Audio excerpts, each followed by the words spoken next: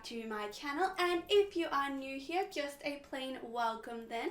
I am Adora Bubble Dragon, and today we're going to be talking about the official Disney Princess franchise. The official Disney Princess lineup consists of 12 princesses across 3 different eras or 4 different ages depending on how you look at it.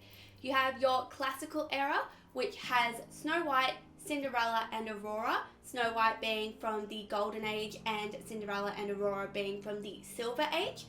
You then have your Renaissance era, which has Ariel, Belle, Mulan, Pocahontas and Jasmine.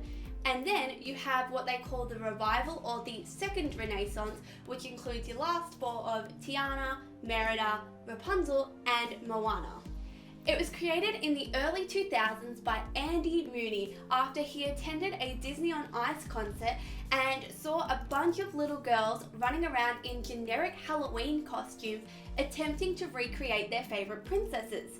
When he took his idea back to the team at Disney, it was met with some resistance as there was fear that by combining them, it was going to weaken their mythologies.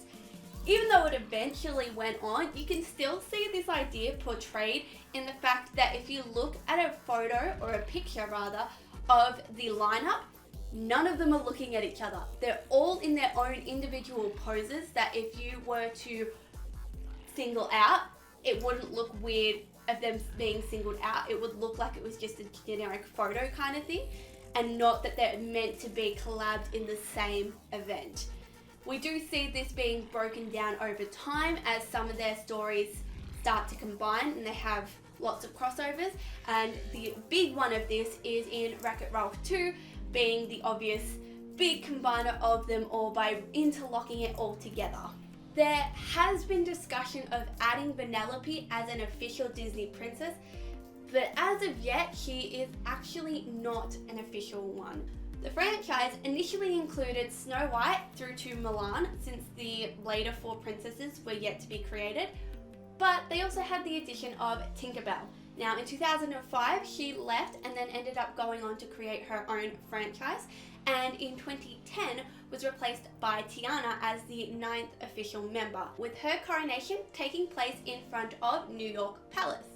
Rapunzel joined in 2011, with her coronation taking place in front of Kensington Palace in London, and Merida joined as the first official Pixar character, and her coronation took place in front of Cinderella's castle at Magic Kingdom in 2013.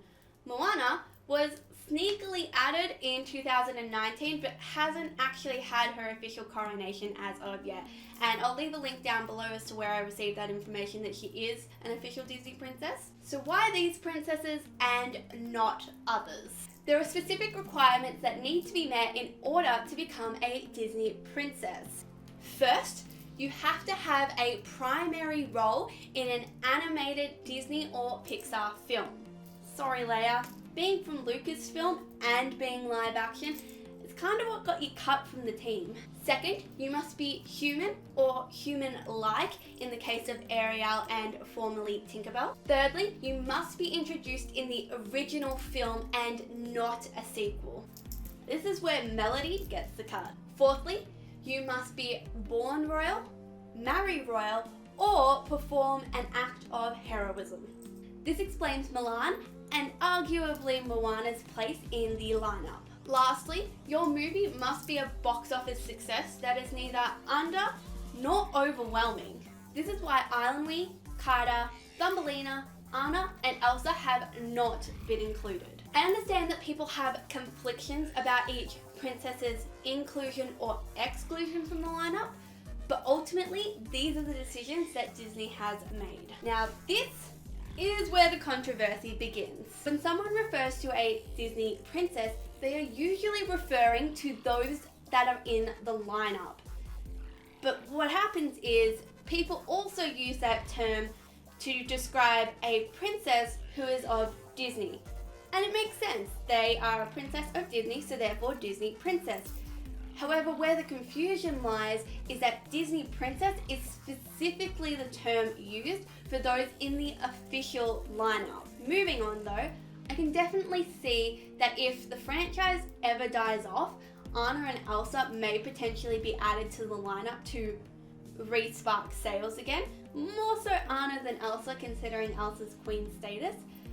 But for right now, they're too popular in Frozen, especially with the second movie only having just been released, to join another franchise there. There have also been side discussions of adding certain Marvel characters like Gamora into the series, since they have already signed their likeness over to the company, which is ultimately what prevented Giselle from joining the lineup. Since they didn't have her likeness, they couldn't necessarily have her running around the parks. Gamora, on the other hand, has signed her likeness over and therefore can be easily mass produced in the franchise there.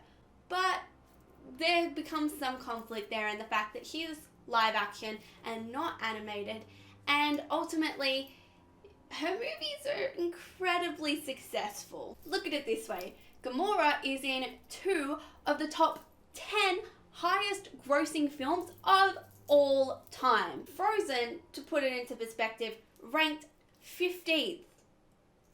And it was deemed too popular to join the franchise. There is also a fine line as to which movies in the Marvel Cinematic Universe consist as a original film. So, in summary, the term Disney Princess should specifically be reserved for those that are in the official Disney Princess lineup, where the term Princess of Disney can refer to any of the other princesses who got jibbed from the franchise. But ultimately, it currently consists of Snow White, Cinderella, Aurora, Mulan, Ariel, Belle, Pocahontas, Jasmine, Tiana, Merida, Rapunzel, and Moana. As of right now. I am sure that there are plenty more to be added as Disney goes through, since Disney's highs and lows have kind of revolved around the princess saga. You had the highs with the princesses, then they went down into what they call the Dark Ages or the Bronze Age, and they picked back up, which is why it's called the Renaissance era. They picked back up with princesses again, kind of went back downhill, although some people arguably have some of their favourite movies from the period between the Renaissance and the Revival period, such as Emperor's New Groove. But they have sort of picked back up again in sales with the latest princesses, with, Frozen being quite high in the highest ranking of them all there. So, do you guys have any fun facts about Disney princesses? Feel free to leave them down below. If you don't, you can also check out my speed watercolor fact videos. Currently, as of yet, I have 3 up, but I do have more recorded. It's just me trying to get around to edit them. But in those, I go over various different facts about the princess in the picture. So you guys can learn more that way if you are interested. But aside from that, don't forget to leave a like and hit that subscribe button down below. And aside from that, I'll see you guys next time. Bye!